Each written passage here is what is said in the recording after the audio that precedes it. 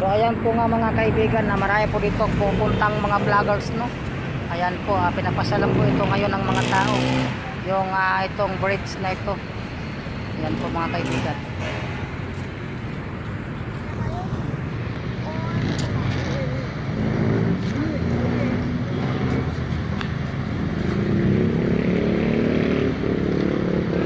So ito po ay pababa, no, papunta doon sa ibang pasyalan po mga kaibigan.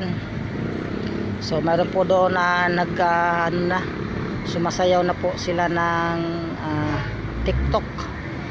Ayan po, nag-TikTok po sila mga kaibigan, mga kalods.